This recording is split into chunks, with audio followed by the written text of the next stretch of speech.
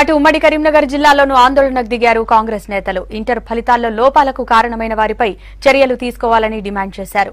గ్లోబరీనా సంస్థ కాంట్రాక్టు రద్దు చేయాలన్న కాంగ్రెస్ నేతలు విద్యాశాఖ మంత్రిని బర్తరఫ్ చేయాలని కోరారు. జగిత్యాలలో అధికారులకు వినతిపత్రం ఇచ్చారు.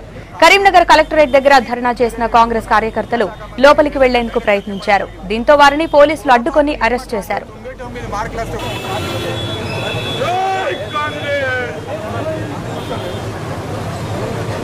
గ్లోబరీనా సంస్థ నుండి మరి తిరిగి ఇంటర్మీడియట్ బోర్డు కార్యదర్శి అయినటువంటి ఒక అశోక్ గారు ఏదైతుందో కేటీఆర్ గారి మెప్పు పొందే విధంగా ఇలా గ్లోబరీనా సంస్థతో చేతులు కలిపి వాస్తవంగా దాదాపు 10 లక్షల మంది విద్యార్థులు వీళ్ళ మూల్యాంకనం చేపట్టే పరిస్థితి ఏర్పడితే 3 లక్షల వరకు ఏదైతుందో పొరపాటు జరగడం అనేది ఇది దేశ చరిత్రలోనే ఇది ఊహించని పరిణామంగా మనం భావించక తప్పదు, పేర్కొనక తప్పదని చెప్పంటున్నాం.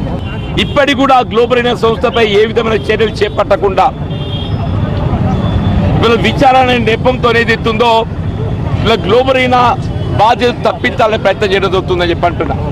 పార్టీ ఫిరాయింపులపై చూపెట్టే ఒక శ్రద్ధ వీళ్ళ ఇంటర్మీడియట్ బోర్డు నిర్వహణ పట్ల మరో దృష్టి కేంద్రీకరించకపోవటం, ఇవాళ ఈ 3 లక్షల మంది విద్యార్థుల భవితవ్యాన్ని బలిపెట్టిన దానికి బాధ్యులు కేవలం కేసీఆర్ గారని చెప్పక తప్పదని చెప్పంటున్నా.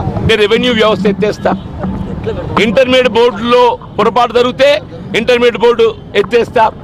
అసలు ఎత్తేయాల్సింది ఇంటర్మీడియట్ బోర్డు రెవెన్యూ వ్యవస్థను కాదు, ఈ ప్రభుత్వాన్ని ఎత్తేయాలి. ముఖ్యమంత్రి గారిని ఎత్తేసినప్పుడు మాత్రమే తెలంగాణ రాష్ట్రం బాగుపడుతుందని చెప్పంటున్నా.